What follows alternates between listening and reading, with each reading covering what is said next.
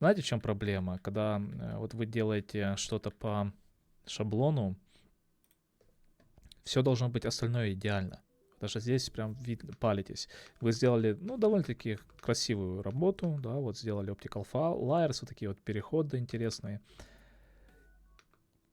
Вроде бы круто, но при этом не смогли текст нормально показать из-под части лого. То есть вот текст выезжает, и видно, как маска сползает. Она сначала находится примерно вот здесь. Вот так вот она находится, да? Едет, едет, едет, едет. А вот здесь, то есть через 4-5 кадров, маска уже заходит в нужное место, там, где она должна быть постоянно.